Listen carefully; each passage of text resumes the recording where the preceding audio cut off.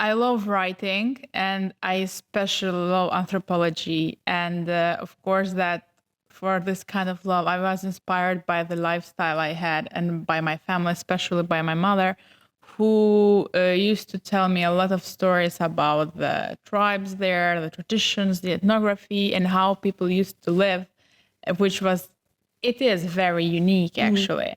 But I used to acknowledge how unique it is only when I traveled and I lived abroad and when I saw it with the eye of the foreigners, of the tourists, and through the books of Edith Durham and Mary Rose Waterlane, especially who wrote about that part of Albania from 100 years before and on. So actually, after I did a part of my studies in Genova in Italy, I used to travel a little bit backpacking in Austria and Germany and then in Sweden. So it was exactly there where I decided actually to come back to Albania.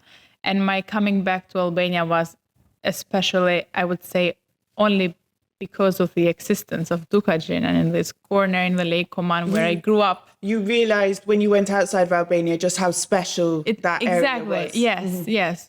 Because you make this very natural comparison between what you found in another country and what you left home. And you are like, but it's not that bad. Maybe we have a chance to make it better and nicer and for us and for the others as well. So actually it was a time where I was thinking within me and I had this dilemma, or whether should I come back, or if I come back, what should I do? Because I don't want to close myself in an office and work there. This is not my thing. I cannot do it. I'm raised in nature, so I cannot get isolated in between four walls. So I said, okay, it would be amazing actually, especially in these times of like wild globalism and how quick people tend to forget where they come from and how they are rooted with their traditions and family and ancestors. And I said it would be great actually to have my own blog in Instagram, because this is a thing nowadays with the youth, and to write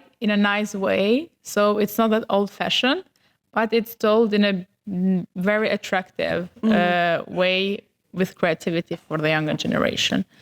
And I was thinking for the name, and I said, oh, it should be a very nice name and catchy, otherwise I will not start it. I already had a lot of stories in my notebooks, in my phone, these voicemails I would register with the older generation in the mountains during my exhibitions. And I said, I need to show this to the world. So actually I was thinking something of Malsorja, but okay, Malsorja is very general. You hear it everywhere, not that catchy. And it was just a eureka moment, let's say, a pop-up on my mind. I said, okay, Neomalsorja, this fits, okay? I Googled it, it didn't exist, and I said, that's mine. No, it is a very catchy name, and it's important what you're doing, but also I think the north of Albania gets a bad reputation from Albanians themselves. You know, there's quite a lot of people use the word Malsorja sometimes negatively, or Malok, and they say, oh, the north, if something negative, oh, they must be from the north. So you showing these things in a very positive and creative light is important, not just outside of Albania, but inside as well. Do you come up against that sort of prejudice about the north of Albania, like quite often in your work, or? Of course, it happened very often. I had 5 days of holidays this August in South, and I was my itinerary was in not very famous locations because I wanted to find the authentic Albania in this South parts of Albania, and I went to a very isolated village in Gjirokastër, and of course I love staying with older generation. And I was having a coffee with an 85-year-old lady, and she asked me where I was from. I answered in pure gig, and she was like, Didn't understand a word. So I had to translate into the standard, into Tosk. And I told her that I'm coming from Dukagjin, from North, from Shkodër.